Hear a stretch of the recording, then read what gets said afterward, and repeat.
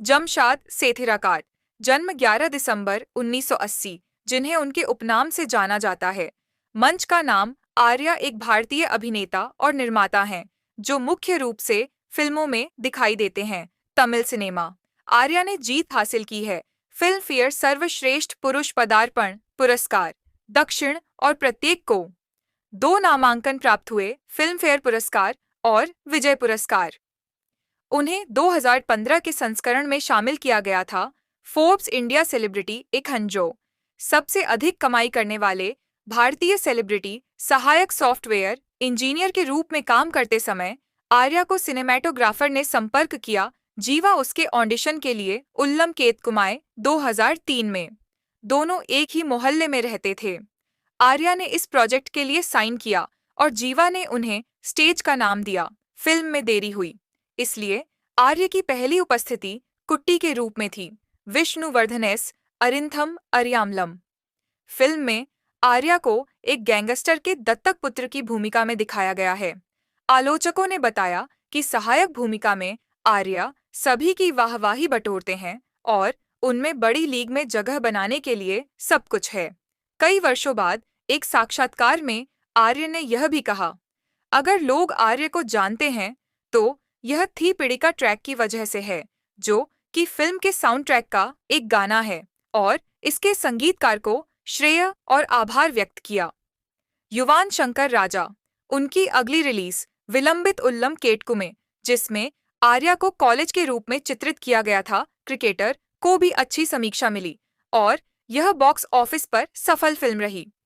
2005 में उनकी तीसरी रिलीज कैंपस रोमांस कहानी थी और कल्लुरियन कथई विलोम सोनिया अग्रवाल।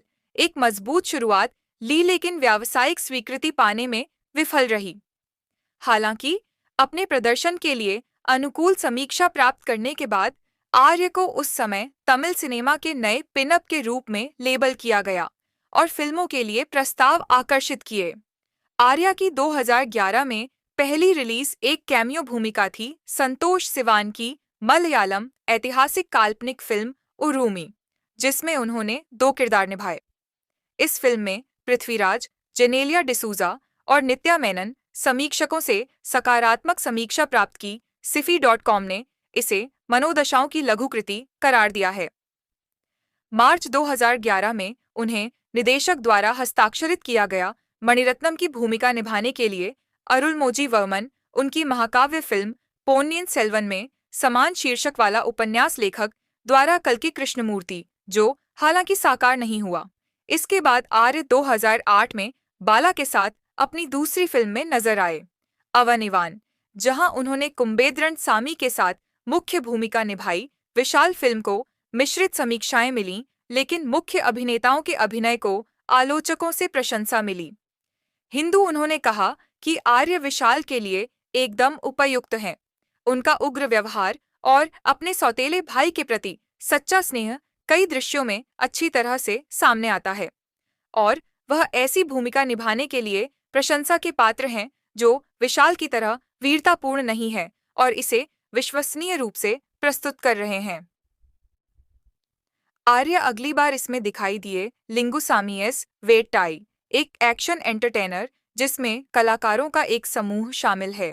तमिल अभिनेता आर्य, जिनका असली नाम जमशाद सेथिराकाट है, ने अपने लिए एक वैवाहिक विज्ञापन पोस्ट करके ट्विटर पर सनसनी मचा दी है।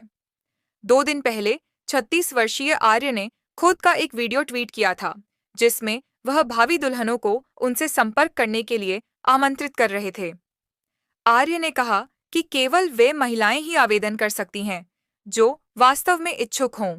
उन्होंने आगे कहा कि वह शादी करने के बारे में जिम में हुई बातचीत के सार्वजनिक होने के बाद सोशल मीडिया के माध्यम से सोलमेट की तलाश कर रहे थे।